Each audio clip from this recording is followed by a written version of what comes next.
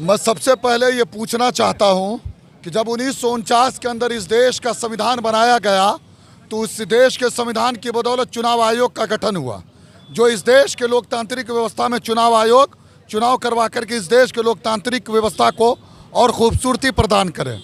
अब उसी संविधान को कुचल करके इस देश के चुनाव आयोग ने वोट के अधिकार को छीनने का काम किया है। तो मैं ये सवाल पूछना चाहता हूँ चुनाव आयोग से कि क्या आपकी ये पूरी तरह से आपने ये मंशा बना लिया है कि आप इस देश के लोकतंत्र और इस देश के संविधान को आप कुचलना चाहते हैं?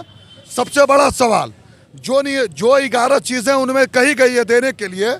उनमें से मैं इस प्रदेश के मुख्यमंत्री और देश के प्रधानमंत्री से ये सवाल पूछना चाहता हूँ कि क्या जब आपकी पैदाइश इस देश में हुई थी उस वक्त क्या इस देश में जन्म प्रमाण पत्र का कोई कानून लागू था जो जन्म प्रमाण पत्र वहाँ पर बनता था? अब एक बात सवाल ये समझ में आता है